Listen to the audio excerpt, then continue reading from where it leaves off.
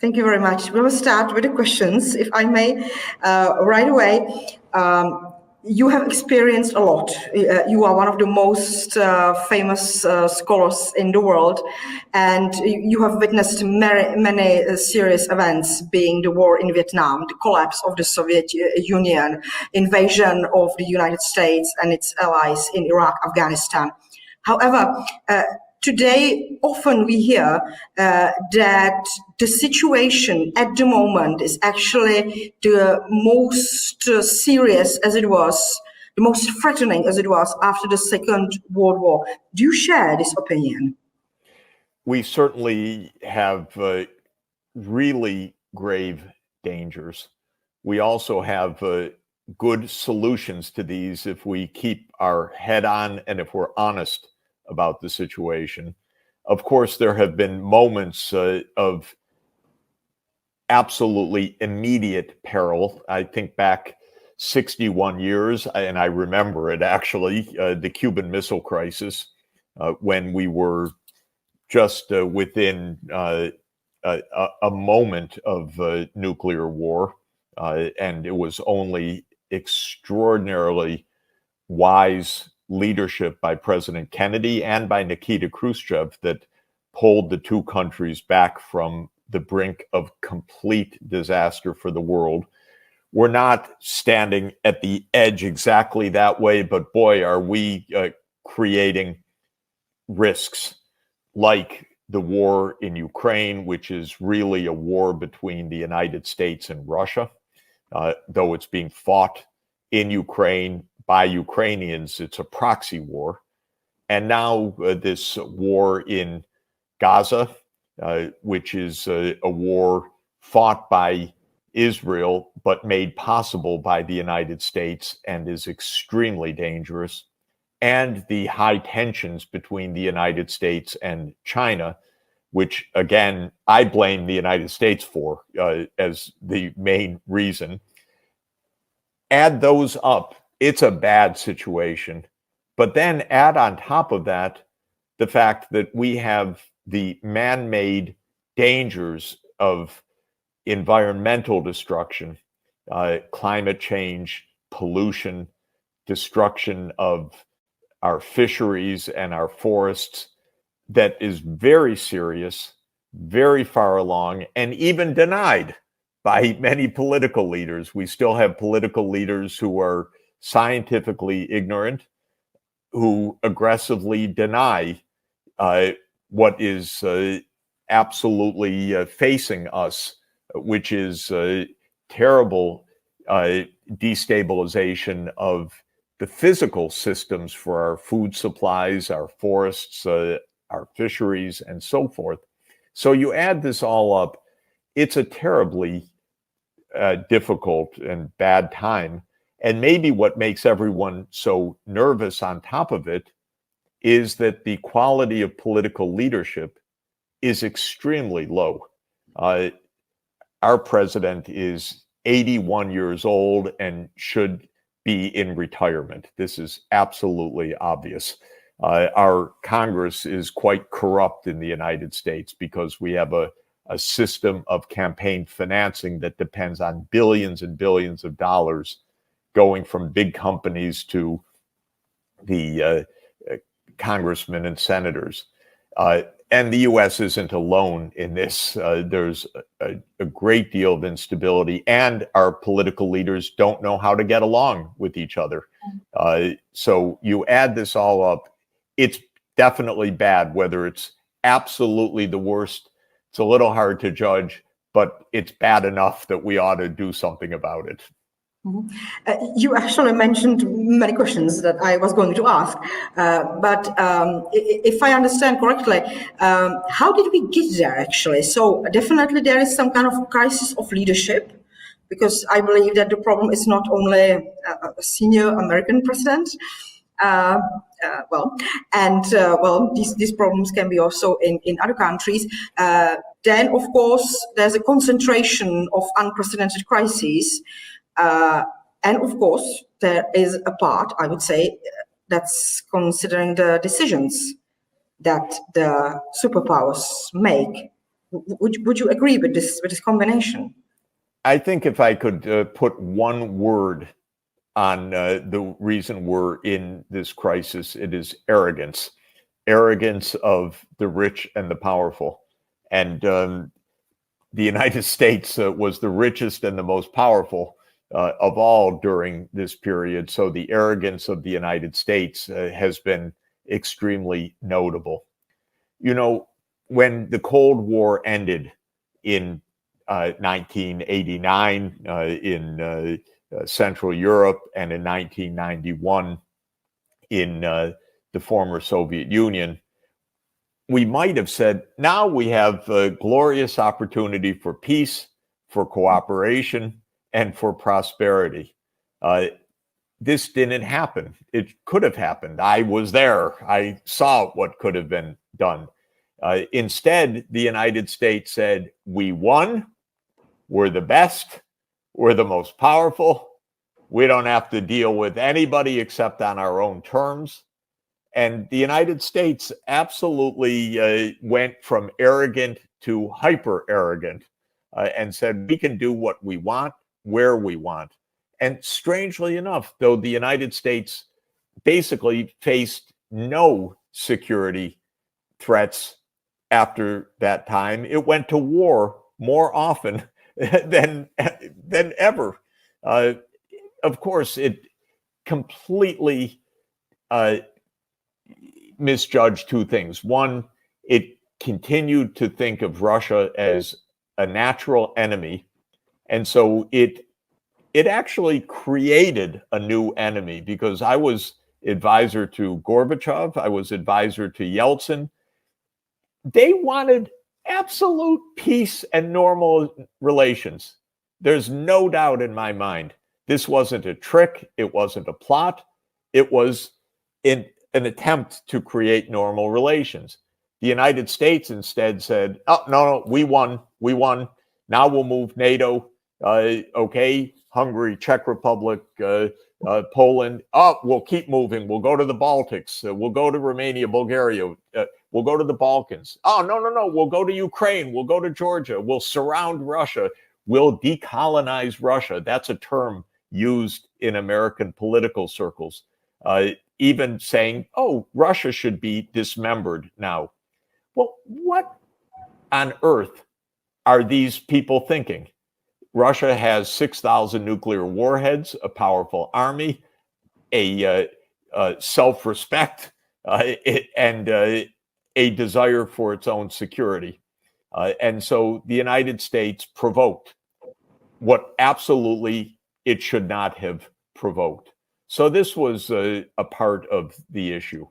A second part of the issue is that, in general, the rich became arrogant in a different way, saying, oh, we're so good. We used to be millionaires. Now we're billionaires. We don't have to share anything. So they became libertarian in philosophy.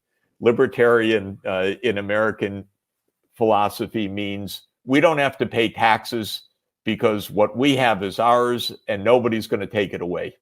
And so we developed a super rich class that became very self-righteous. That's my money. It's nobody else's money. How dare the government think to take it? And at the same time, a growing amount of people struggling in poverty or losing jobs to technology, being replaced by robots, being replaced by automation. So the gap in our society between the rich and the poor widened considerably. And this was the second factor. And you would think that in a political democracy, the poor people would vote out the ones that are leaning on them, or would vote for tax increases on the small group of very powerful. But that theory is wrong, because the small group of very powerful buy the politicians. They really do. And so they pay the campaign contributions. And the first rule of the US Congress is vote tax cuts for companies and rich individuals. So that is the second thing that happened. The third thing that happened is that the environmental crises, especially the climate change crisis, came and would require changes in our behavior and would also cause limitations to the big energy industry, the oil, the gas, the coal industry. And the industry resisted those changes, said no. And the politicians said, oh, it's not even real. Like Václav Klaus and others, they just denied the climate change. And this denial has gone on for decades. Actually, we just saw a new president of Argentina elected just now, who said that climate change is a socialist plot. You can't even make this up. I don't know whether this is just playing games to get elected, whether it's complete sheer ignorance, whether it's corruption. I don't know what it is, but it's shocking. People in any kind of responsibility should know better. They should at least understand what this issue is about. And this has been a very big challenge. It's, again, part of the arrogance. I happen to lead a scientific institute at Columbia University with hundreds of climate scientists. So I had an earful all the time about the climate science. Many people don't have that chance to hear directly. So they hear from politicians or actors who want to be politicians, who say whatever they feel like. And the result is that we go decade after decade without solving these problems, despite all the meetings, the treaties, the conferences, and so forth. So when you add all of this up, as I said, I think the underlying problem is arrogance of the rich and the powerful, who somehow think the rules don't apply to them. And we end up in a world that is in conflict. We end up in a world that is divided between rich and poor. We end up in a world that is facing massive environmental crises. And it's all so weird because the world's richer than ever before, better technologies than ever before. And we could, if we chose right, move to peace immediately. I just testified in the UN Security Council about 4 wars: the war in Ukraine, the war in Israel and Palestine, the war in Syria, and the war in the Sahel of Africa, which is Burkina, Mali, Chad, Niger. And I pointed out all 4 of these huge wars could be stopped tomorrow with politics, with basic sound politics. But our leaders are just incapable of basic sound politics, unfortunately. When you mentioned arrogance and the beginning of the 90s, well, I am from the Czech Republic, as you know, myself. So, of course. Yes, we have vast experience with neoliberal policies and their application. However, I wanted to ask about liberal democracy. Of course, we have to mention Francis Fukuyama and his end of history. And now we see how completely wrong that was. But do you see also the liberal democracy as something that maybe hides more the true state of affairs than actually helps to resolve the conflicts? Because, when scholars like Martin Wolf suggest that maybe instead of voting, we should have some, choice by chance randomly, that would be better than elect the representatives that we have. There's certainly something wrong. So maybe if you could elaborate on the liberal democracy, and maybe it really will be an end, but the question is what kind of end it will be. It would be great if we could make democracy work, because democracy is very attractive in principle. It's a way for free people to express themselves. It's a way for people to participate. It's a way for people to learn about social and political realities. So it, in principle, is a very attractive system. And in general, it's a way for people to have protection from their own governments, because non-democratic governments can be very, very destructive of their own people because there's no control necessarily over government. So in principle, I'm a Democrat, but in practice, you can see all of the difficulties of making this work. A democracy needs to have an informed public. A democracy needs to have a respectful dialogue or deliberation in the public, not shouting, not even worse, violence, not hidden influence. A democracy needs to prevent being taken over by powerful interests that use the democracy as a facade, as a pretense rather than real democracy. So some democracies work pretty well. Some in Europe work reasonably well.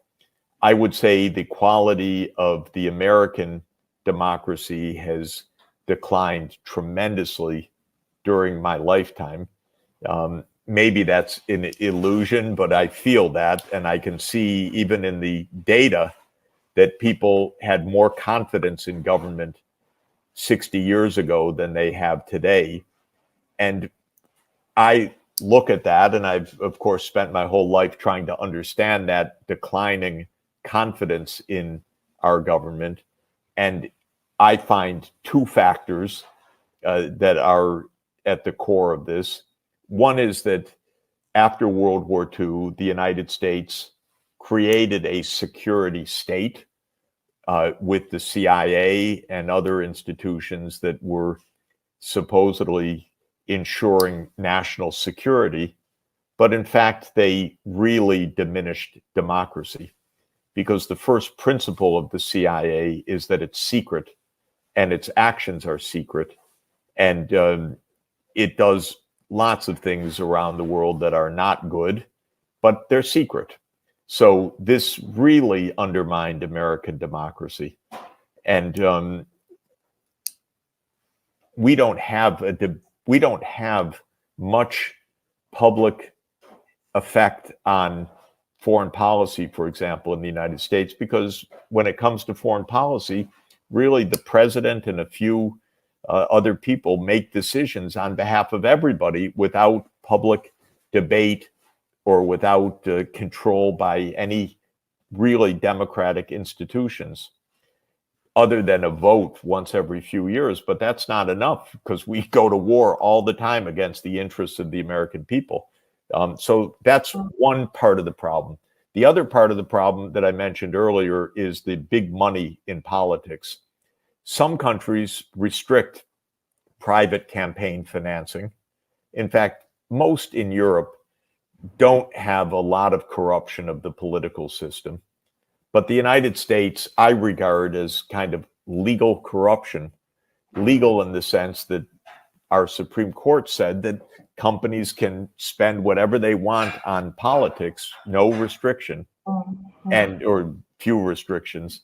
And the result is our election cycle, say the 2024 election, will spend maybe $15 billion of campaign financing. Now, you don't get honest government with so much money changing hands. You get government that is purchased by the highest bidder.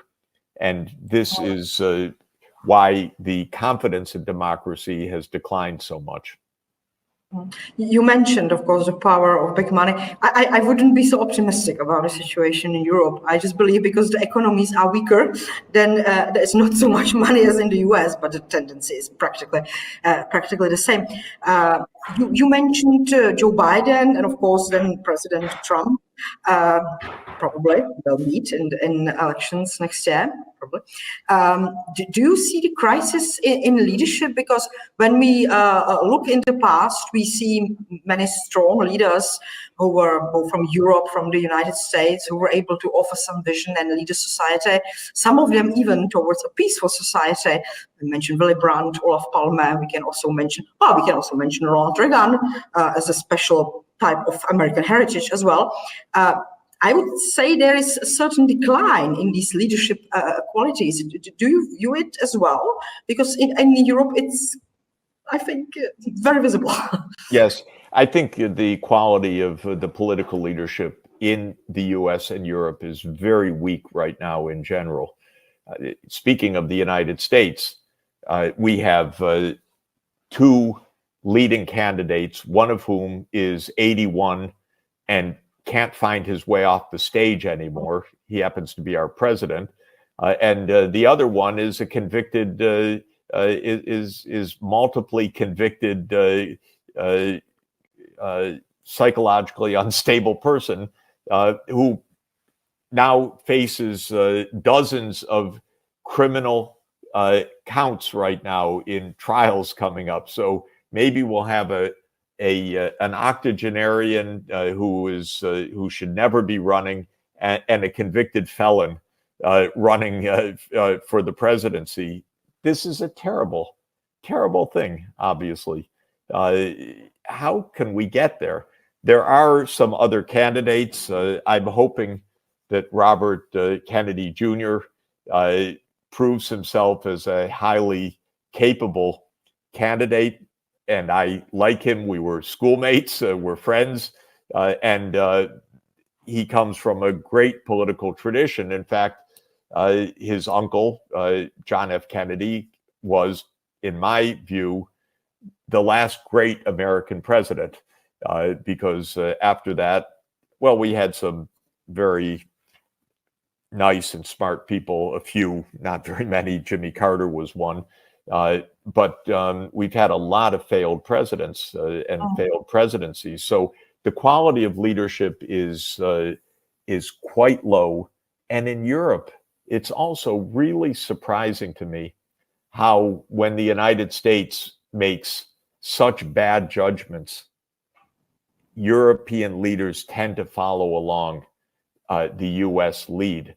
And of course, I'm very unhappy about the Ukraine war. I mean, everyone's unhappy about it, but I have a view that's somewhat different from the mainstream view, which is, in my interpretation, the war in Ukraine was caused by the US wanting to expand NATO.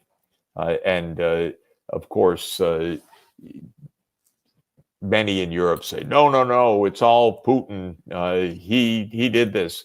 But I know enough history, and I was present at enough events to know how much the US provoked this war through absolutely stupid policies.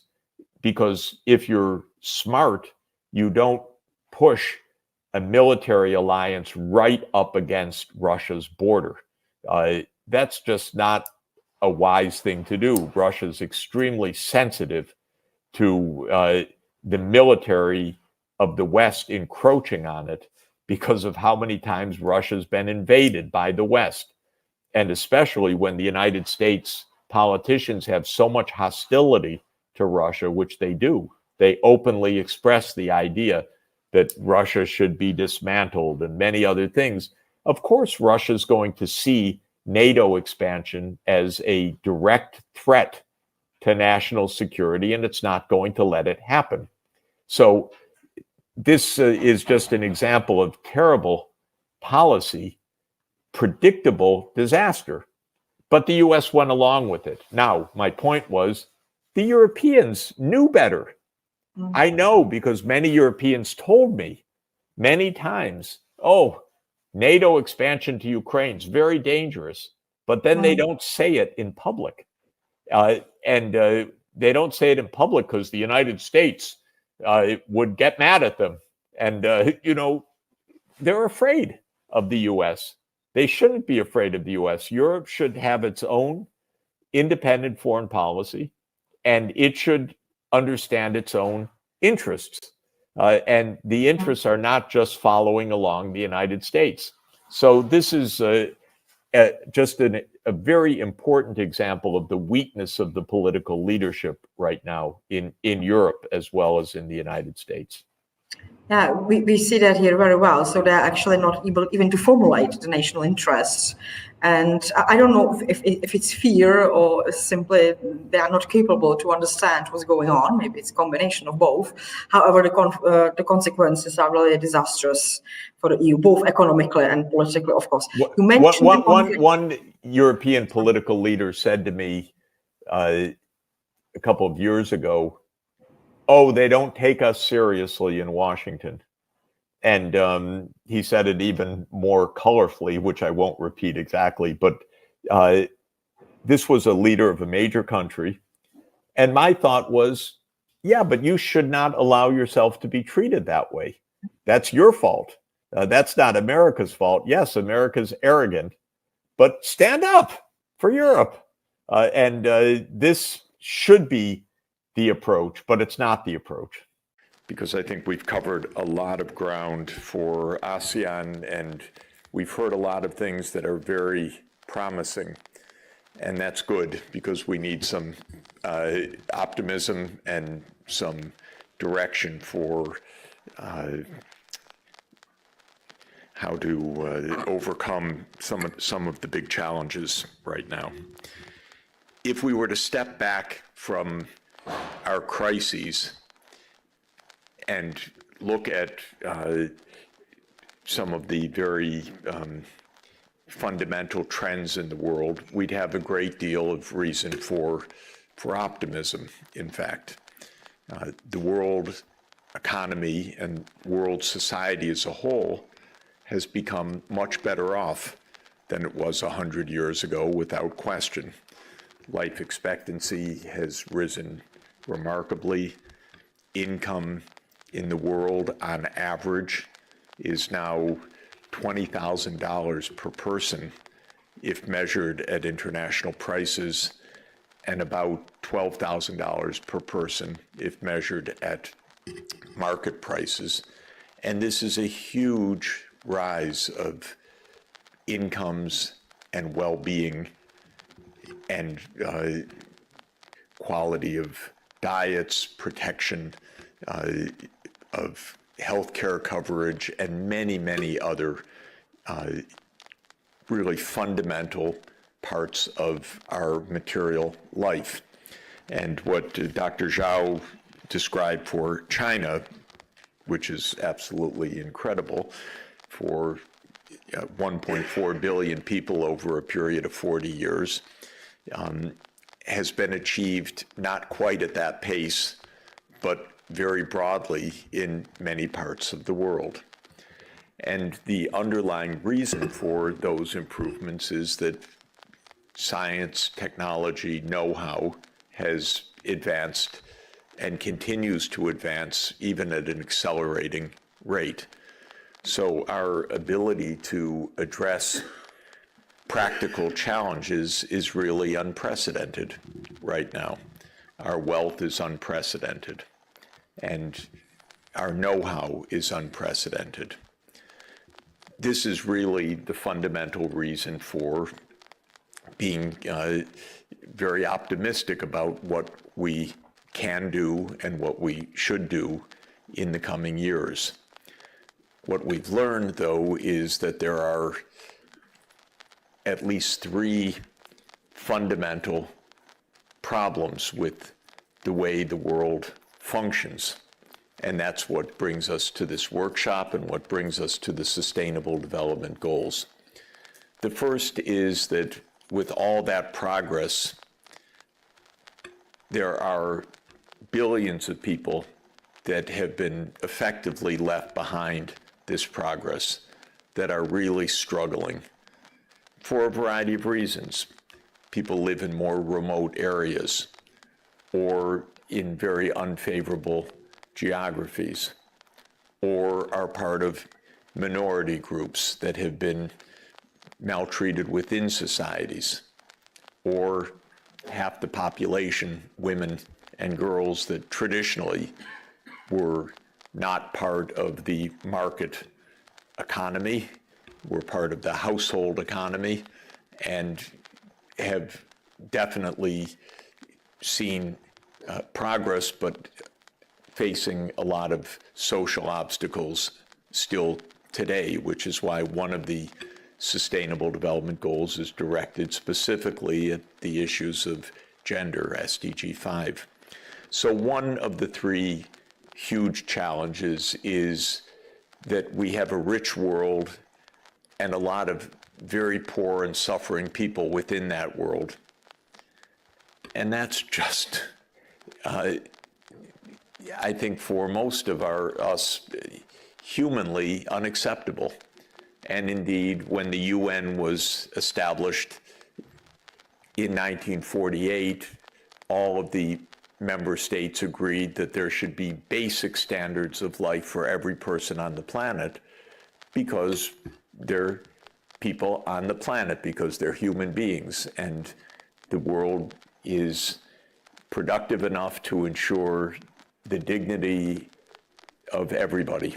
And that's why the Universal Declaration of Human Rights was adopted. And I regard us still trying to honor that declaration, which seems to me to be the basic point.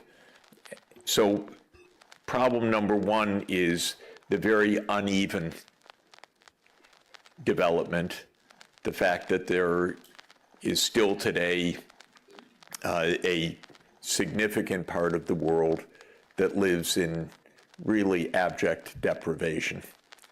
And that's a first challenge. And I think it's ethically probably the number one challenge, because extreme deprivation in a world of plenty is absolutely destructive of all of our humanity if we don't solve that problem. So that's why SDG 1 is end extreme poverty. Straightforward. And SDG 2, the second highest priority, is end hunger, for heaven's sake. Of course, there are big challenges of how to do it, but I will say in a world of wealth and knowledge, this is definitely within reach. It's crazy, to my mind, that if the average income is $12,000 per capita, there are people living at a few $100s per capita, and the world just goes on as they suffer and die young and face terrible hardships. The second big challenge, the huge challenge, the puzzle that is even harder than the first one conceptually, is that we discovered about 50 years ago that the nature of our economic development, all that wealth that I just talked about, is environmentally destructive, because the much vaunted economic processes don't take care of their physical byproducts. And some of them were not understood till 50 or 100 years ago, like greenhouse gases and their effects on climate. That required a scientific breakthrough of a quite deep order to understand that. It came by the end of the 19th century, and then it took at least 75 years to create measurement systems to verify the science. And we've more or less known from around 1980 that humanity is really changing the climate in ways that could be dangerous. And we're still struggling with that fact, because what brought us that wealth in the first place, starting in the 1800s, was fossil fuels. And then we discovered about halfway through, oh, those are dangerous. That's not good. So this is the second big problem, is that we have an economic system and a set of laws, rules, regulations, a global commons, the open seas, and many other factors of our economic system that mean that the scale of production is now self-destructive. And as I say, we've understood this intellectually at least for 70 at least for about 50 years. It was 50 years ago that the first conference on this fact took hold. It was 51 years ago that the first good book about this, Limits to Growth, was written and made clear that there was a real problem. And we've not finished solving that problem. But let me stipulate the following, just like I did for the first one. There's nothing fundamental about these environmental challenges that is beyond our solution, even with our current knowledge base. In other words, we already in 2023 have the range of technical solutions to 90% of the greenhouse gases, not 100%. We definitely don't face a choice between food and nature.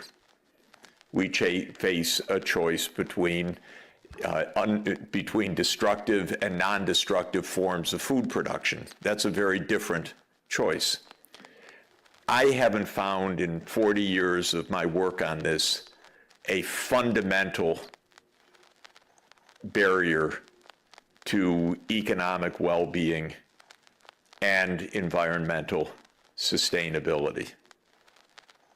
So I'm not in the degrowth school of thought, which says that what we really need is to reverse economic development. Not all economic development is good for human well-being. That's a different matter. But I'm not of the school of thought that says we've created a kind of society that is completely inconsistent with our environmental necessities or our environmental well-being or health. What we have is a very flawed economic system, legal system, regulatory system, incentive structure, so that we adopt or continue with technologies that are very ill-advised and do lots of stupid things because it's possible to make money off of those stupid things, rather than do the things that we should be doing. And I've not seen in all of my experience any calculations that show me that doing the right things is beyond our reach, beyond our budget, beyond our economic means. For example, all of the estimates about the energy transformation to a zero carbon energy system suggest that it's 1 or 2% of world output that is needed to make that change. That's really strange. It's not that it's 50% of world output that's needed. It's not that this is cataclysmically expensive and we're just doomed as if an asteroid were coming to hit the planet and we have nothing to do. No, we have clear, very, very clear things to do. Sometimes we have too many possible things to do, so we don't know which one to take, so we're paralyzed. Should we do wind or solar or nuclear or this? I don't know. We won't do anything right now. We're making money with what we're doing. So we're paralyzed, or we know what to do, but there are strong vested interests saying don't do it because I'm making too much money in the short term doing the destructive things, or it just is complicated and hasn't been thought out properly because this is something absolutely new. It was rather straightforward to build a coal plant, but it's not so straightforward perhaps to build offshore wind or solar fields or something else because of storage or other issues. So there are just complexities. But that's the second big category of challenge that we face, which is this economic environmental collision course, which again needs analysis and then needs to ask, how deep is the problem? And for me, and how solvable is the problem. So the climate crisis is very deep, but it's also rather solvable. And there are some puzzles, definitely. What should big ocean tankers run on? Should it be hydrogen fuel cells? Should it be ammonia? Should it be hydrogen combustion? I'm not an engineer. I've heard the arguments from the engineers. I want them to fight it out. I want them to try different approaches, but clearly we should be trying these technology lines. The third big challenge, which is a challenge of time immemorial, is that we seem to have a very hard time to stop killing each other.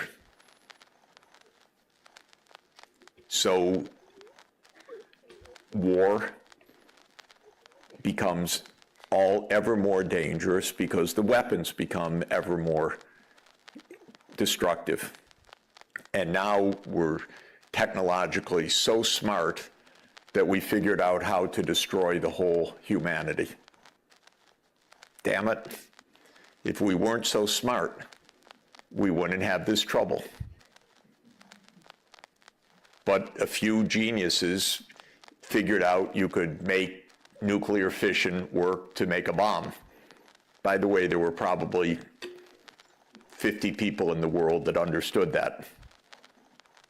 And they figured it out, and then they gave it to a world of idiots. So we have a lot of dumb people who are in charge of nuclear weapons, and they were made by a few geniuses. That's our problem. So this is our third issue, which is how to stay peaceful and cooperative. To my mind, these are the three big issues that we face, which is how to be fair and decent to people who are suffering, how to make sure that we're not self-destructive because our economic system is actually a complicated set of incentives that doesn't get things right, and there's no magic in how we have organized our economic life to handle issues like greenhouse gases, which weren't in Adam Smith's Wealth of Nations and are not part of the things that a free market can solve, and so forth. And the third is this interminable problem that if you read human history, we've been fighting with each other most of the time, but there are also glimmers of hope that there are long periods of peace, and we also have institutions for peace just like we have institutions for war. One of the things that makes me quite optimistic about China's rise is that China has been much more peaceful in its history than just about any other region of the world. And the amount of interstate war of China over the last 2,000 years is actually quite low. It's basically been wars of pastoralists coming from the north and sedentary farmers trying to fight them off. And that's been most of China's wars for 2,000 years. If you look at Europe's wars, it was just kill each other across the divide for 1,000 years, nonstop. So China at least has a peaceful tradition, and I think it fits actually with this idea of harmonious society, with the idea of global civilizations and so forth. I'm quite an optimist, I have to say, about that, because I think it actually there's a deep rootedness. So that's all we have to do. End poverty, protect the environment, stop killing with each other. All right? So, thank you. No, okay. So what do we do? To my mind, the basic thing is we should think hard about each of those things and then come up with plans. That's the most basic idea. That sounds so dumb. Why am I saying that after 40 years? Don't I have anything more intelligent to say? And the thing is that the way that our social systems work is not to think and then solve these things. And that's very interesting. Our economic system is designed around a different principle, which is let people do what they want, get rich, go find your job, go buy what you want, but not solve problems. So in economic land, it's not oriented towards solving problems. It's oriented towards doing your thing. Businesses are supposed to go make profits, and we're supposed to be good consumers, and we're supposed to be smart in the job that we pursue. But at least in market economics, which became the dominant ideology of the Anglo-Saxon world and then the world, it isn't to solve problems, it's go do your thing. So don't expect the answers to these problems to come from the economic sphere or from the business community. It's not their job. Their job is to run a business, it's to make money.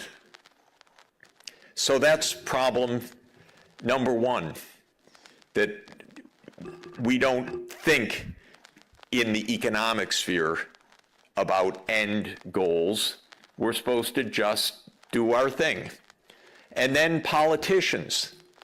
In most politics, it's not about solving problems. It's about maintaining power. And that's even the goal. And you have experts on maintaining power. All the politicians have little Machiavellis around them, handing them, this is what you need to do to stay in power. And that's your goal. And so politics, at least in my country, has very little to do with any goals. I don't know what any American goals are. We have no goals. We have some heroes, our founding fathers. We love the Constitution. We like the July 4th Independence Day. But we have no goals.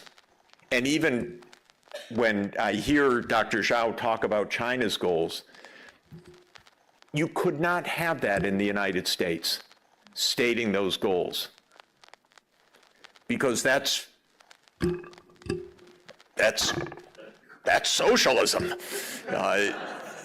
You're not allowed to have goals.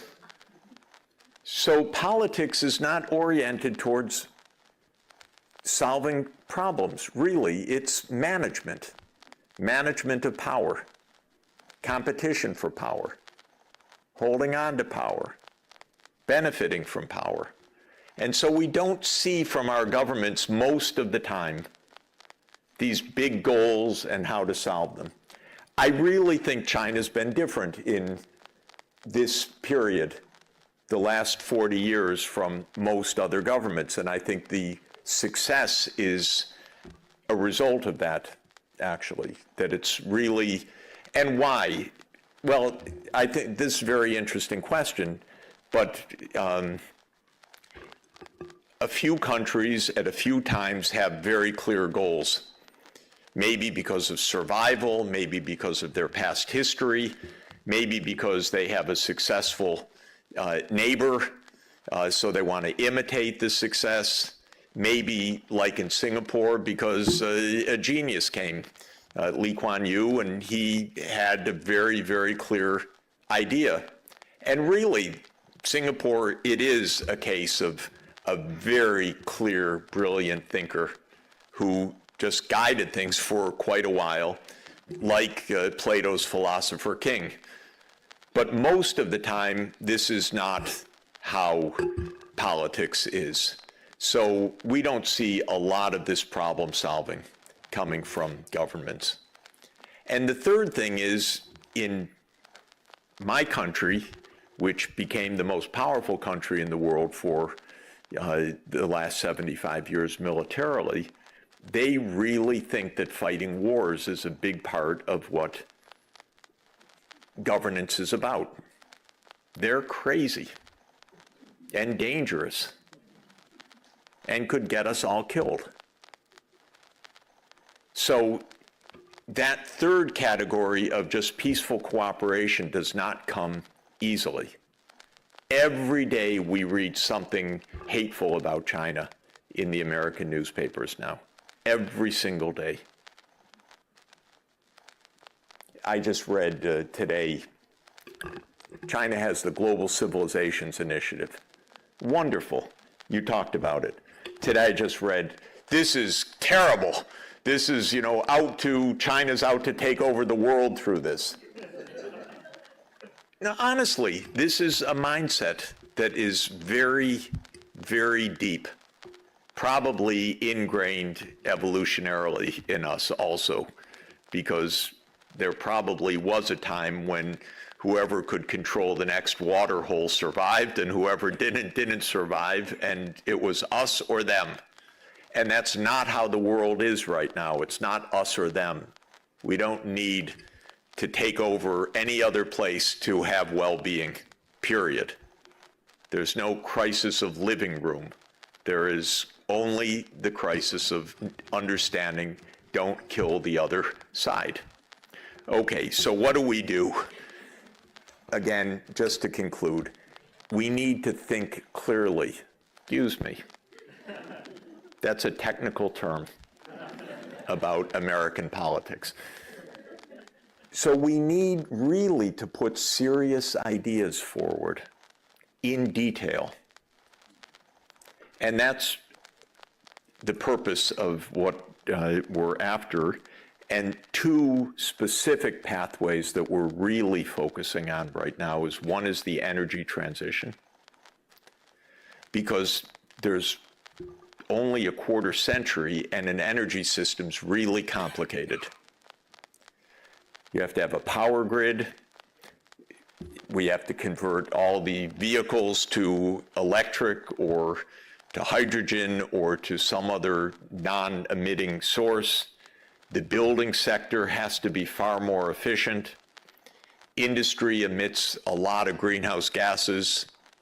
Deforestation. In other words, all of the getting to net zero is quite a complicated challenge with lots of moving parts, and it's a lot of money. Not more than an energy system costs, but an energy system is trillions of dollars a year, and so it's worth getting right. So that's the first of the pathways.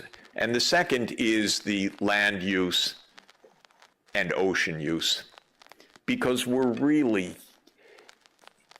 so close to destroying everything irreversibly. When the species is lost, it's never coming back. And when the ecosystems are degraded, many of them never return. And if we pass climate thresholds, we're just going to spend the next century in disaster of calamitous sea level rises, storms, heat waves, and so on. So we're very close to that. So those are the two main pathways that we are really focusing on. The biological and its association with food production and with other agricultural production. And for this region, that's central, because this is a biodiversity Garden of Eden, and also a biodiversity threatened region intensively. All this beauty, and it's being torn down. And it can happen so fast because economies are very, very large right now, and demands.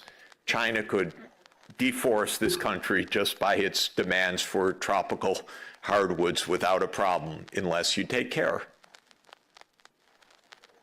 So those are the two areas that we really want to focus on. And the final point that I want to say is, again, about this third category of cooperation. It happens that when you look technically at an energy program or at an ecosystem program, no country can do this by itself.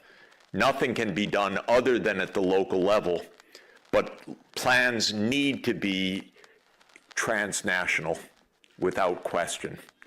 So there's a lot of local action, but they have to be part of a broader framework. And that's why this is an ASEAN workshop, because ASEAN countries are not only together on the map and not only physical neighbors, but have work to do together, because ASEAN countries cannot achieve their goals without working together. And so we need to do this at a transnational planning level. That's hard because there are no elected transnational officials anywhere. All transnational organizations are weak because none of them has an army. None of them has political leaders. We're organized at the national level in the world. That's where the physical force lies. And that's where the politics generally lies. And yet we have global and regional problems that need addressing urgently. The Mekong is not going to be saved one country at a time. It's going to be saved by China, Laos, PDR, Cambodia, Vietnam working together. Without question, there's no way to do that one country at a time. It's got to be done in the watershed. The energy system for Malaysia absolutely needs to be integrated with the rest of the region. And those regional institutions are weak politically and organizationally, and they need to be strengthened considerably. And then the question of what region is the right region for this. We're dealing with ASEAN because it's a crucial, established regional entity. But I said yesterday, and I'll say it again, I think for the energy sector, RCEP is even more appropriate. That's adding in ASEAN plus China, Japan, Korea, Australia, and New Zealand. The United States would have a fit, by the way. I'll be done in 1 minute. The US would have a fit. You're cooperating with China? Well, my strong advice to you is cooperate with China closely. And my strong advice to Australia is don't build a submarine base, cooperate with China. And let's not waste money on nuclear submarines right now and raise the tension more. So my own advice is that broader group, and I hope India joins that group, and then we've got a lot of the world together in a way that could actually solve the problems. So sorry for the long rambling, except I believe that all of these problems are solvable. I believe that universities have a unique and extremely important role to play in this, because this is what we should be doing. Training, teaching, educating, researching, policy analysis, and really trying to make politics work the way that it should, which is for the common good. Thank you. A political outcome right now, not the one we wanted, but we were so dumb not to take a better deal a year ago, 2 years ago, 5 years ago, 10 years ago, that now we're in a situation where we're not going to get exactly what we, quote, want. But to continue the fighting would absolutely destroy even more.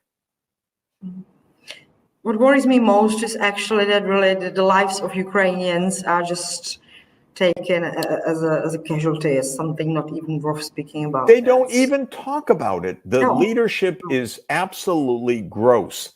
You know, I'm sure that Zelensky is in a very hard place, but all he talks about right now is throwing more lives to the graves. Frankly, no strategy, no self-awareness, no situational awareness. okay, it's very sad because the United States talked him out of a peace agreement in March 2022. That was Zelensky's chance, and he lost it. He was inexperienced. You know, when the United States comes and tells you, we have your back, you tend to believe it if you're inexperienced. I tried to tell him, by the way, I really tried to tell the Ukrainians, look, I'm an old guy. I've been through lots of U.S. wars, Vietnam War, Nicaragua, the Gulf Wars, Syria. They never win. Are you kidding? Do you really want to end up like Afghanistan? And they didn't believe me. They just thought, oh, you're a Putin apologist. So they didn't want to hear any of this. But I was telling them the hard facts about American wars, and they didn't want to hear it. Besides Russia, I'm not sure that Ukraine actually is such a big topic in American policy. I'm not sure about that. Yeah, it's maybe definitely Israel. it's a big focus of the political class still, the military-industrial complex and the White House. Maybe for just political reasons that Biden doesn't want to admit what a lousy poker player he is. But the point is, for the American people, they've had enough. There's no groundswell of support. People don't want that. They want to stop this thing. And so in that sense, you're absolutely right. Typically, the public doesn't have much say in this. We have almost no public debate. But Biden's popularity is really collapsing. And the unhappiness with Biden's foreign policy is very, very clear. So maybe even public opinion is going to start playing a role because we're now in an election year. I would like to ask you to clear the position on China, because when I look both at the Republicans or at the Democrats, I would say that their views on China are very similar. So they actually have very hostile views towards China. Now there was a summit, APEC, where both presidents, Biden and Xi Jinping, met. Do you see any decline in tension, any hopes that actually the relations, they are probably not going to be friendly, but let's say at least stabilize and would be less threatening for the world? I'll tell you an interesting thing. When President Xi came to this APEC summit in San Francisco, he met 200 U.S. business leaders, and they gave him a standing ovation. I don't think they would give an American president a standing ovation, but they gave President Xi a standing ovation. Why? China's their biggest market. They both produce in China, they sell in China, they make a lot of money in China, and they want normal relations. What is happening is two things. One, we have a kind of security class in America who are all about American dominance, American hegemony, America being number one. It's a very strange group of people. But this is our foreign policy establishment. Then we have politicians who basically think that, and it's very particular, Trump in 2016 won the election by winning swing states in the middle of America, in the American Midwest, which is our industrial zone. And he won it by saying, China took your jobs away.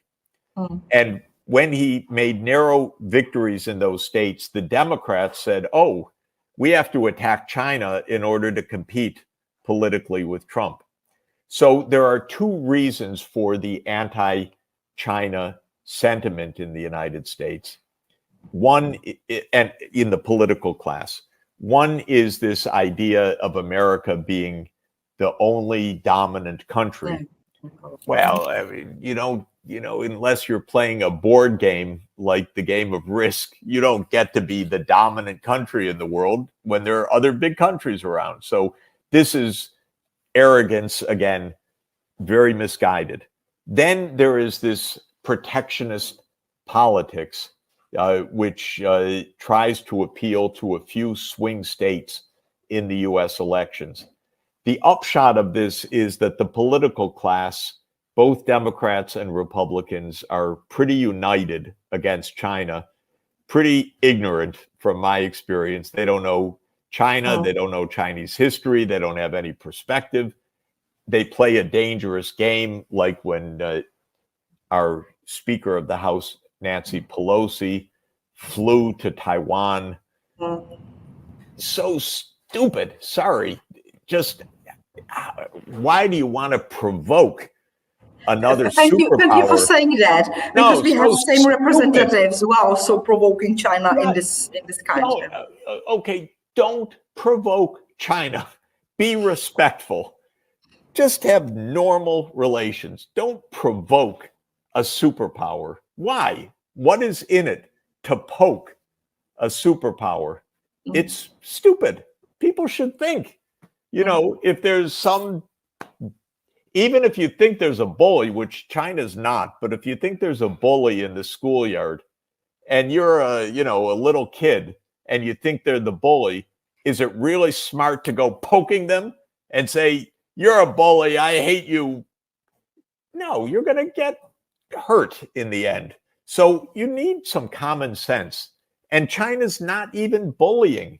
China is just big, successful, dynamic, actually a good trade partner for Europe. So we should treat it normally, respectfully. And the U.S. anxieties should not be Europe's anxieties. This is another area where European politicians are just repeating the words of American politicians. And I know behind the scenes, although it's obvious, why does van der Leyen repeat words almost like Biden? Because she feels that her job is to be with the United States. Maybe she hopes the United States appoints her as the Secretary General of NATO or something. I don't know what it is. No, but that's what she hopes maybe. So this is where Europe makes a big mistake. Just like it did make a big mistake in Ukraine, it would make a big mistake of trying to make an enemy out of China. That's a completely ridiculous losing proposition. My last question, because our time is coming up, I have to reflect one very current event you already mentioned, and that's the elections in Argentina. Yes. Because let's say that the elected president is an unusual personality. How do you view this situation? Is there a danger for BRICS or maybe for other Latin American countries with his very strange suggestions as for foreign policy, as for economics? Yeah, of course, time will tell. One thing is he won the presidency, but has no control over the Congress. His small parties, and at least for the moment, doesn't have any kind of governing coalition in the Congress. So maybe his ability to do things will require a much broader coalition of forces, and that could be a constraint. But let me just say first, Argentina is a country that has been unstable for its whole history, going back to the 1820s, ever since independence. Argentina has messed up more currencies, had more inflation, and more instability than any other place on the entire planet. This guy won not because of what he says, but because of disgust with the outgoing government, which was delivering inflation of triple digits, more than 100%. You can't really win an election when inflation is triple digit. And I know Argentina quite well, and actually worked with the finance minister just before this one. And he was doing a good job, and he ended up being not forced out. He resigned, unfortunately, but he resigned because his own, I would say, corrupt politicians in his own party were rejecting the normal policies that he was trying to promote. So Argentina is now in yet another cycle of instability. All my professional career as an economist, I've been watching Argentina in amazement because it's not an impoverished country by any means, and it's got huge natural wealth and very smart people, well-educated class of people, but it has made such a political mess repeatedly, and this could be yet another one. I don't want to say on the first day after the election of this guy that he'll really govern the way he campaigned, because sometimes they become a lot more responsible, but it could be that he's that he is what he says he is, in which case Argentina is going to face some real troubles. It's regrettable because I'm a fan of the BRICS. I would like to see them work. Argentina is a new member of the BRICS group. Whether this guy stays in or out of the BRICS or gets kicked out of the BRICS, everything remains to be seen. But I only hope that this guy was making this as a persona, not as a real politics, because his real politics, if delivered this way, would be very, very detrimental to Argentina. Office in 2021, rather than trying to de-escalate, he called for NATO enlargement and reinforced the U.S. push to expand eastward. Putin strongly pushed back. Biden pushed back. The U.S. signed several statements in 2021 confirming that NATO would enlarge. I think this was all absolutely irresponsible. Russia massed troops on its border and put on the table a draft U.S.-Russia security agreement on December 17th, 2021, based on no NATO enlargement. The Biden administration formally replied that it was not willing to negotiate over that issue in a response in January. Then Russia invaded on February 24th, 2022, making clear that it was the failure to reach an understanding on the NATO question that was central to Russia's action. 4 weeks later, Zelensky declared that Ukraine was accepting of neutrality. In other words, the initial Russian invasion brought Ukraine to the negotiating table. And during the second half of March, with the Turkish government being the mediators, Russia and Ukraine hammered out a peace agreement. Incredibly, the United States blocked it because the United States told the Ukrainian government, you fight on, because American policymakers had two ideas. One was that Ukraine should not be neutral, it should be a NATO country. And second, that the war would be won by some combination of Western armaments and financial sanctions. And so the U.S. ratcheted up the war. Putin said, no, we don't stand down, we fight, and mobilized hundreds of thousands of Russians in the summer of 2022. And since then, we've been on a path of military escalation. I resent the fact, as a citizen threatened by this, that Biden has not negotiated over NATO, and that Biden and Putin have not talked once, as far as we know, since February 24th, 2022. You know, when two sides are fighting, they need to talk and negotiate.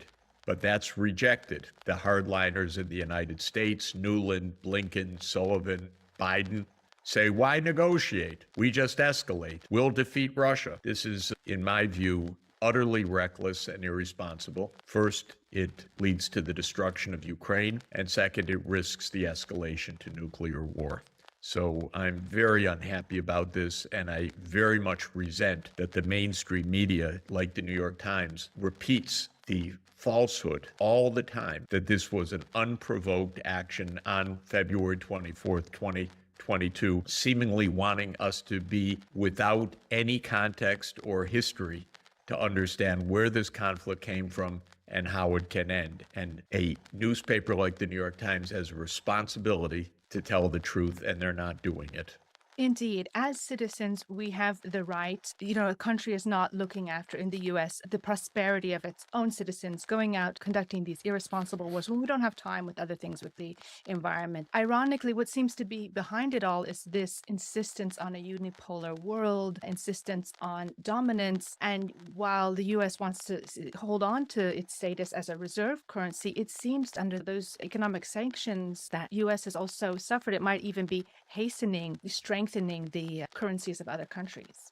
Well, the basic point is the U.S. has 4.1% of the world population, so how could it presume to be the world leader? The U.S. is a powerful country, it's a rich country, but it doesn't run the world, and it should not aspire to run the world. That's a kind of madness. And the U.S. ideology for a long time has been that the U.S. should run the world. It's, to my mind, unbelievable. But then again, I've spent most of my career outside the U.S. seeing the other 95.9% of the world, and I know that the other 95% of the world doesn't want the United States to run the world. It's not against the United States. It just says, let us have our own part of the world. We don't want you running the world. We don't want you deciding what our government is, who we are, how we rule ourselves. You're just one place. And this, the United States leaders don't understand. They're very arrogant. They're very ignorant because of the two big oceans. They're very unaware of the history of other parts of the world. And we end up with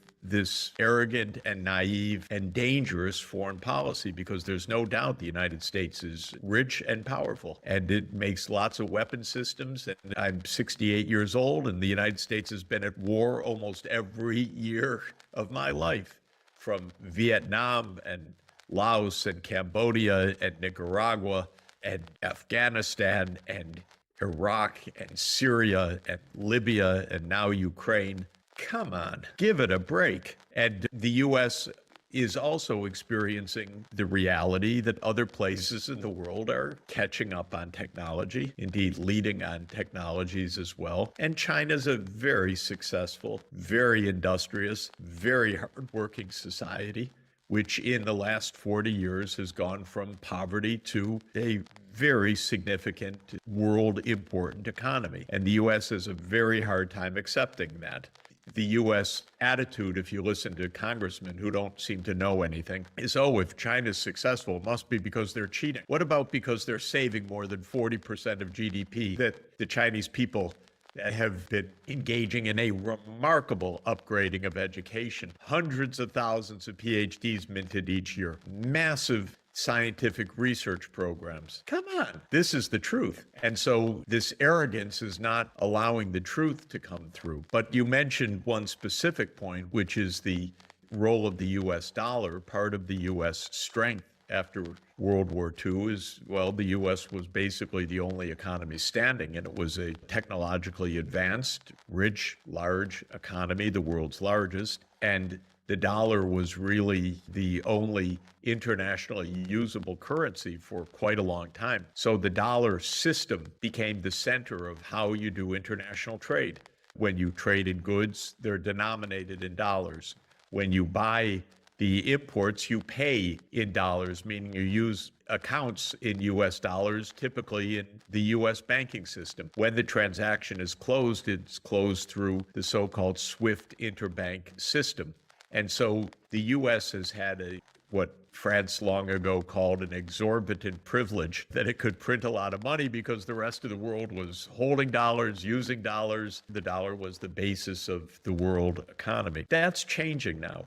And it's changing for three basic reasons. One is the share of the U.S. in the world economy is diminishing. So this means that the predominance of the U.S. is bound to diminish. The second is technologically, settlements are going to occur in all sorts of ways other than through U.S. banks. And so-called digital currencies, especially central bank digital currencies, will mean other ways to make settlements. We'll settle in renminbi when we buy in China, or settle in rubles, or settle in rupees when trade is with India, and so forth. So there will be multiple currencies. And then the third part, which is really a matter of a bad set of decision making, the US has militarized the dollar, meaning that usually you think about money, well, you have it, you can use it, you can spend it. But the United States has come to say, if we don't like you, you don't necessarily have access to your money anymore if it's in our banks. So the US froze the dollar holdings of Russia. The US has frozen the dollar holdings of Venezuela. The US froze the dollar holdings of Afghanistan. My advice to any government that's not getting along with the US government is be careful about your money, because the US might come in and freeze your money. And so countries are looking to hold their reserves in other ways now. Perfectly understandable. And I think that this is another part of the move to a multi-currency international system from a dollar-based international system. And you mentioned the possibility of a reserve currency being the renminbi. And so there's other things that are not often reported about China. One, and I know that you've written about this as well, is that they're stepping in where America's policy of destabilizing and it's destructive. China, in some cases in the Middle East, is stepping in as a peacemaker, and it's less expensive if we can achieve peace. Well, probably the most remarkable diplomatic achievement of recent years, I would say, is China brokering a peace agreement between Saudi Arabia and Iran. In the American idea, those two countries were implacable foes. They could never agree. And for the United States, Iran was the enemy and Saudi Arabia was the ally. But the whole idea of U.S. foreign policy is you bring countries under your authority as an ally of the United States, like Saudi Arabia, and you fight your enemies on the other side. But China has a different idea, which is that Saudi Arabia and Iran had no fundamental reasons for this dissension, but they have plenty of reasons for cooperation. For one thing, they're both being hard hit by climate change. They need to cooperate because the water crisis is quite severe. They're both hydrocarbon economies. They need an energy transformation, which is very profound. And so the Chinese facilitated a reconciliation between the two. I'm very happy about that reconciliation, by the way. The fighting between, the bitterness between Iran and Saudi Arabia divided Western Asia. It contributed to an absolutely devastating war in Yemen, in which the United States gave its military support that killed a lot of people. And it destabilized a region that needs a lot of economic transformation and technological upgrading and change. And so this agreement is really a big help for the whole region, not only for the two countries involved. And China gets a lot of credit, in my view, for having the wisdom to see that that was a conflict that could be solved, not just exacerbated. But the U.S. approach was always to push at it. Even when the U.S. made an agreement with Iran, the nuclear agreement called the JCPOA, the U.S. government walked away from it. And then it maintained sanctions on Iran because the U.S. is not really serious at making peace most of the time. It's got an us versus them mentality. And I find that very destructive and not in the U.S. interest. Yes. And I hope that China maintains this sensible approach because it's dangerous what's happening now in Taiwan. And just help us understand the situation, like in that through line between these proxy wars and what could happen in China. Well, the situation in Taiwan is like the situation in Ukraine, very explosive, very dangerous, and requires cool heads to avoid a conflict. The fact of the matter is that actually all three governments, let me say, the United States, Taiwan, and China, have a policy that there's one China. And whether it is the government in Taiwan or the government in Beijing, they both say there's one China. They disagree on what happened in 1949 and how China should be governed, but they don't say there are two countries. And the United States, when it established diplomatic relations relations with the People's Republic of China very clearly said that there is one China and has one China policy. And that is how to keep peace and to make sure that this tension between Beijing and Taipei does not boil over to open conflict. But the United States started to play games with this. It started to form a military alliance with Taiwan, in effect, which is really coming into a military alliance in the middle of one country. And this is an extremely dangerous and imprudent thing to do. And Biden starts talking about how we're going to defend Taiwan, and the American politicians talk about how a war is coming. It's all utterly reckless, irresponsible. And what we should have is trying to reduce tensions, diffuse tensions through negotiation, through talk, through peace-building ideas, rather than stoking the idea that some conflict is inevitable. A conflict would be devastating, of course, first and foremost for Taiwan, but actually for the whole world. And so this needs to be avoided, and we need cool heads, and we shouldn't have American politicians saber-rattling. We should not have Speaker Nancy Pelosi fly to Taiwan after the Chinese government has repeatedly said, don't do that, don't provoke, don't stir up things. Don't make conflicts where there don't have to be conflicts. But the United States leadership doesn't listen very well. It's the same thing that when Putin said many, many, many times, do not expand NATO to Ukraine. The United States said, oh, sorry, we don't hear you. You have nothing to say about that. That's none of your business. And then war comes. This is very typical of American foreign policy because American foreign policy leaders are too arrogant and they don't listen.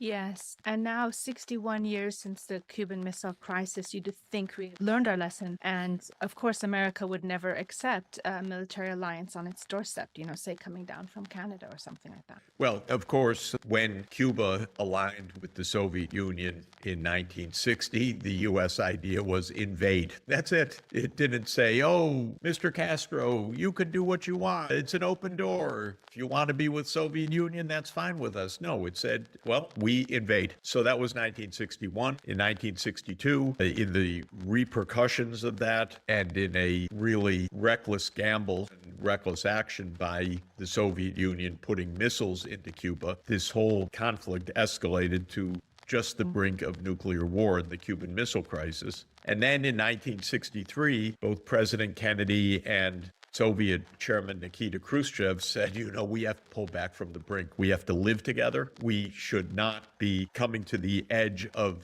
global nuclear war. And they signed the Partial Nuclear Test Ban Treaty in the summer of 1963, proving that even at the height of the Cold War, if the mindset is right, you can make peace. And that's the mindset that we need now. Yes, it seems like the neocon mindset never really went away. Just help us understand, because to my mind, Ukraine is not indispensable for the US, right? It's just this idea of NATO enlargement. But there's other forces behind the scenes that are, profiting or pushing. And I understand that Zelensky, secured $110 billion in US aid and, of course, humanitarian, financial, military support. Also, like key partnerships with, the BlackRock venture capital firm, Goldman Sachs, to privatize Ukrainian assets. So that would then deepen the country's debt. So help us understand that a little, the path forward. How do we get out of this? Well, when the debate raged initially in the 1990s about the wisdom or lack of wisdom of NATO enlargement, which was contrary to what we had promised and was not wise, a lobbying campaign took place in the United States led by the military-industrial complex. Very crude. That's how American politics works. Bring out the big bucks. So it was Raytheon and Lockheed Martin and other big companies became the lobbyists. And then, American congressmen, they salute money. They salute campaign contributions. They salute the lobbyists. And so this is how American politics works. There are always financial interests that are also playing a role here. So we have a mix of ideology, confusion, lack of historical sense, arrogance, and money all stirring the pot. It has very little to do with the American people, though. The American people are not asked about anything. The votes on money for Ukraine are generally almost secret because they're not really debated. They're just measures stuck into some other piece of legislation so that you never have to debate the fact that we've spent more than $110 billion so far on Ukraine, and nobody's really been asked about it. Nothing of the American people haven't really been asked. So this is how American politics works. Now, what should be done? This war should end by the United States saying that NATO will not enlarge and Russia saying we take our troops home. That's the core of this. That was available in December 2021. It was available in March 2022, and it's still available now. It doesn't solve many other issues. What happens to the territories? What happens to Crimea? These are for negotiations, but the basic idea is that the two superpowers back off and that the war stops and that we go to political solutions, not military solutions. And that should be our priority. And so finally, as you think about the future, the prospect of nuclear war, the kind of world that we're leaving the next generation, what would you like young people to know, preserve, and remember? Young people should lead the way to a safer, cooperative, peaceful, and environmentally sustainable and fair world. This is the point. We need to build the future we want, not to feel trapped in this mindless cycle of violence and environmental destruction. The problems that we face are solvable, and they are not driven by the needs of the people. They're driven by greed or power seeking of elites. And we need to have a new generation say, this is not working. We want a world that is at peace, that is shared in prosperity, and that solves the environmental crises, which have become so deep and are neglected in part because we are wasting our time, our lives, our resources on these useless wars. No, let me say it's the first book of Western political science is the better way to say it, because Plato had written the Republic a generation earlier. But it's the first book of political science. It is paired with his ethics, Nicomachean Ethics, as two joined volumes, because for Aristotle, ethics and politics were the same. Of course, in 1514, I think it is, Machiavelli wrote a very different political science. He wrote a handbook for the prince, which was about how to maintain power. And political science in the West began to be the science of maintaining or managing power, not the science of producing the good.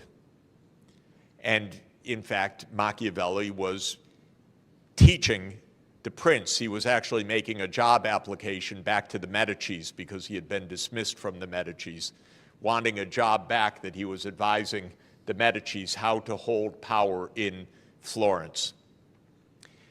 Later in the next century, one of the most influential texts in Western cultural history was written by Thomas Hobbes, the Leviathan. And this was written in 1640 as Western science was taking shape. And Hobbes wanted a scientific theory of human beings, but modeled as individual atoms that collide with each other. Because for Hobbes, there was no longer a cultivation of virtue, but rather each individual with insatiable desires. So Hobbes's model of human nature is that it is simply unbounded desire. It can't be taught to moderate desire. It can't be cultivated for virtue. It is individualistic and it is insatiable.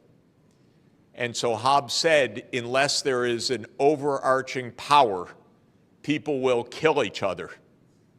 And so we need a Leviathan, he said, to stop human nature from committing non-stop violence. It was a very pessimistic view of human nature, but notice the main point is no longer was there any idea of developing virtue. That was deemed to be impossible.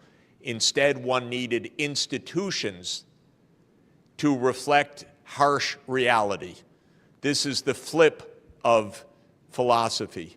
It's no longer about cultivating the good, it is about controlling the bad. Then interestingly and importantly, this was amplified at the beginning of the 18th century, first by a very influential public intellectual, Bernard Mandeville, who wrote an essay in London called The Fable of the Bees. And in The Fable of the Bees, the most aggressive bees win, but they make the hive powerful and great. And if you try to control the avarice or the vice or the aggression of the bees, the hive actually dies. So this was now a philosophy of empire, that power seeking was good because it would make the society powerful and wealthy and able to dominate over the other bees. So it was taking Hobbes and adding another element, one beehive taking dominance over others. And clearly this was a philosophy that appealed to the emerging British Empire. Then came Adam Smith 6 decades later in 1776, and he said, in agreement with Hobbes and in agreement with Mandeville, that human nature is individualistic, tastes are unbounded, desire is a great motivator, but market forces will tame all of that, because market forces will force a kind of competition that will lead to a socially beneficent outcome. The point is, the Anglo-Saxon philosophy broke free of more than 1,800 years of Western tradition. The Western tradition from Aristotle and Christianity was a tradition of the common good, virtue, and care for the poor. With the rise of the British Empire, the philosophy became the benefits of power as a philosophy. And then even the idea that this would lead to, quote, the common good. But there are two more steps that are important to state. The poor became an enemy because now they were a drag on society. So John Locke, one of our most esteemed philosophers, wanted very harsh treatment for the poor so that they would not be burdens on society. And then came Malthus. Thomas Malthus wrote after Adam Smith, one generation later in 1798. And he proposed something even darker, which is that those hives, those different societies, are actually in competition for survival with each other, because there are more people produced than can be supported. And so life is a battle for survival, and trying to help the poor is inevitably to fail, because there will just be more poor people. That was his iron law of population. And that led in the next step. Darwin took that idea brilliantly from a scientific point of view to understand natural selection. But the later 19th century philosophers took that idea as a struggle across nations, and that now nations or peoples or races were in the struggle for survival. And this became known as social Darwinism. And the idea was not only should there be no beneficence, if you help your own poor, you will weaken your society compared to others. And indeed, you're in a struggle for survival.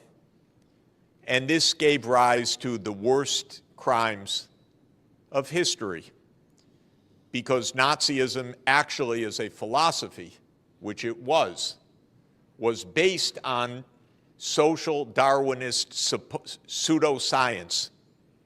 And this idea, the German people will survive or the Slavic people will survive. And so this is a war even to extermination.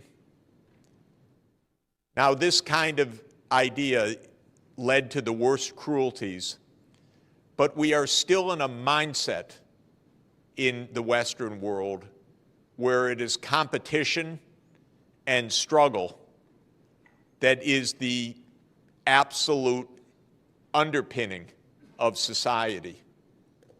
When I studied economics, I was taught about perfect competition. I was never taught even 1 minute about perfect cooperation. The idea doesn't even exist in economics. It's not even developed in one paper that I know of, because the idea of cooperation as a norm doesn't exist. It happened, this notion of letting greed motivate action perhaps did generate the spirit of innovation to some extent. But the way that it was championed and taught, of course, led to the worst excesses. So the world became rich, and those who were rich became devoid of benevolence and compassion.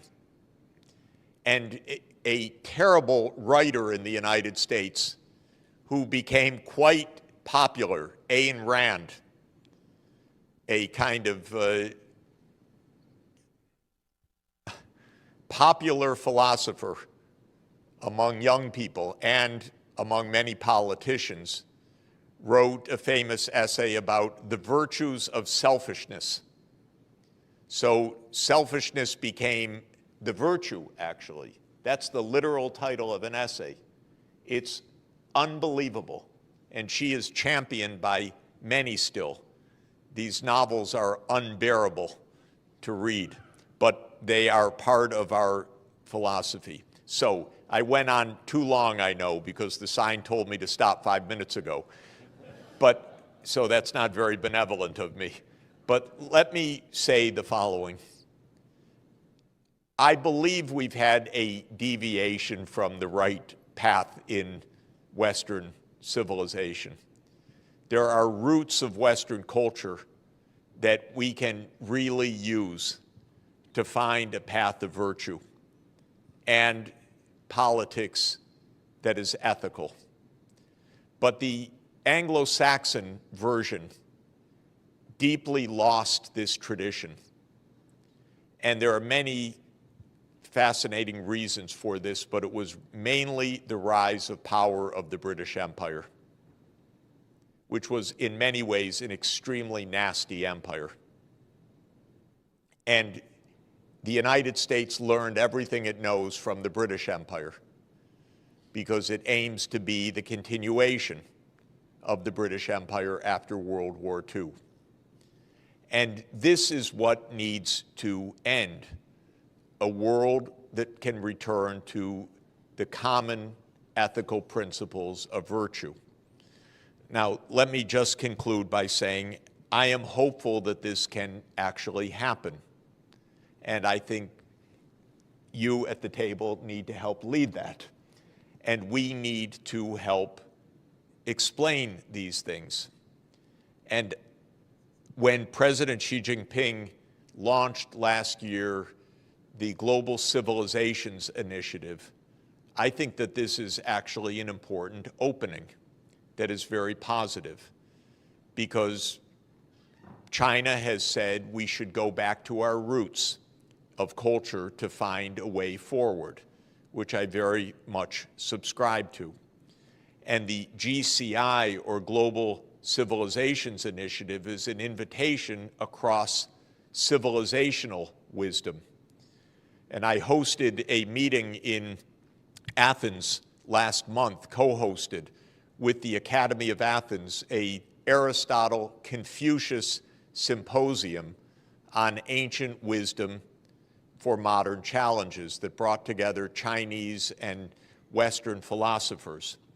We didn't have Buddha properly at the table except one very distinguished Buddhist thinker from Cambodia, but we need more of that. At the end of this meeting, we agreed that we would have a second symposium. This time, I hope it is the Aristotle Buddha Confucius Symposium in Shufu, in Shandong province in July. I hope we could participate together in that.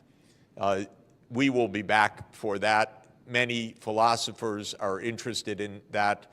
I will be in Shufu in next month for the Nishan Forum, which is also a philosophical forum, but the Shandong government has asked to host the follow-up meeting of the Aristotle Buddha Confucius Symposium. And I believe that this idea of East and West deep philosophical traditions, finding the deep humanity that is common across them, is extremely important and powerful and can really contribute to an understanding which right now doesn't exist. And I think the failings of this understanding are overwhelmingly on the Western side, if I may say so, because we are steeped in a philosophy of competition and even war. And this mindset is taken as given, but it is actually a recent phenomenon. It is an imperial phenomenon, and it needs to be put aside. So I believe that this actually can be done. Can I have 2 more minutes?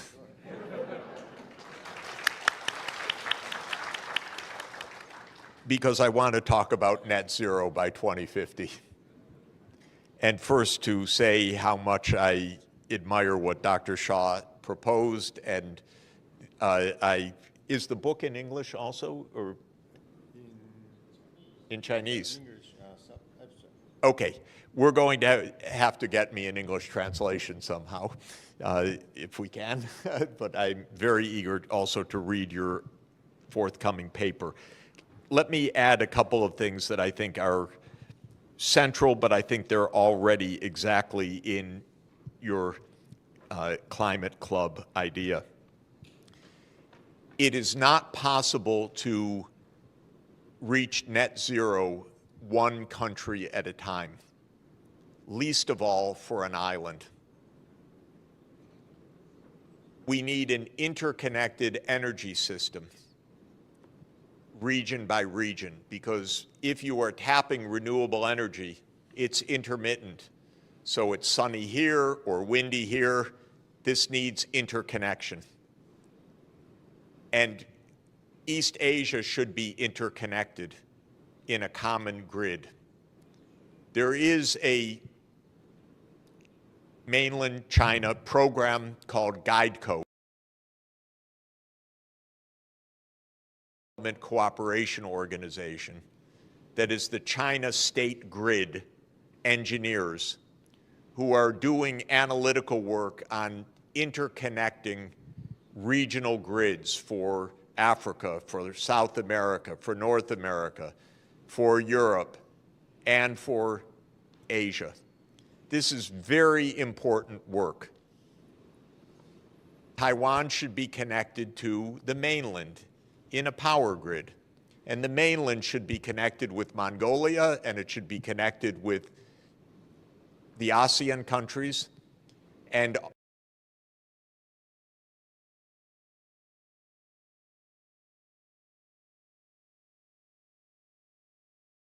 with submarine system. It would be region, the economic powerhouse of the world, rather than a battleground, because this region has everything if it works together. And it could lose everything if it views the region as a battleground. I think everyone in this region can understand this. The only one that does not is my country, actually. But the U.S. needs to be told, let us solve our problems. We know how to discuss. Don't meddle, because you will make a mess. This is actually the truth. This is true about Japan. It's true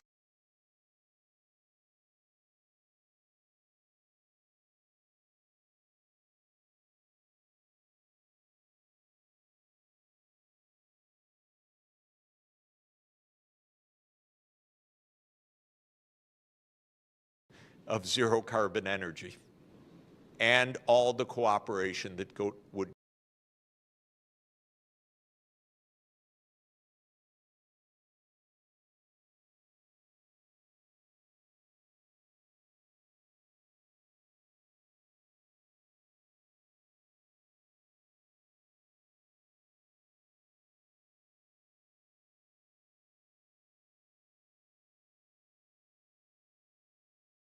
the regional cooperation, the regional structure, and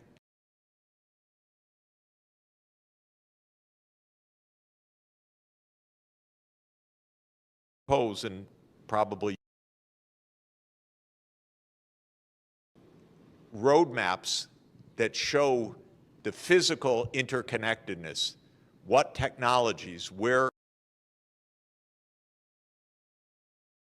as I've been saying,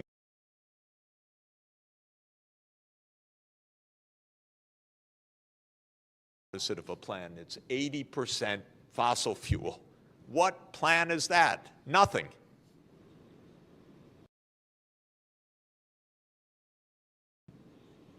Please, don't encourage them.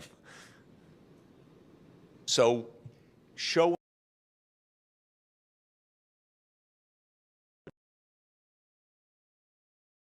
fantastic work.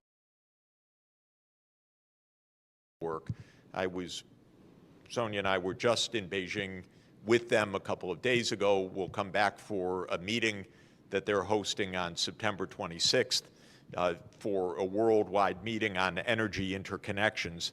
I think that this is really absolutely at the core.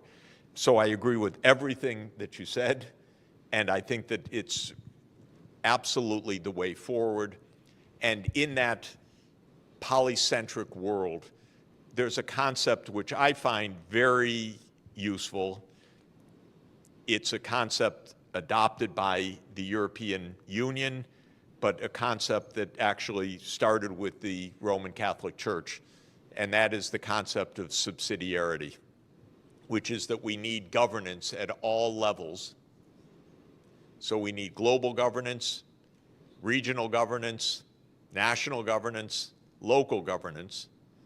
You put each problem at the lowest level possible, closest to the people, where it can be solved, but not below the level at which it can be solved.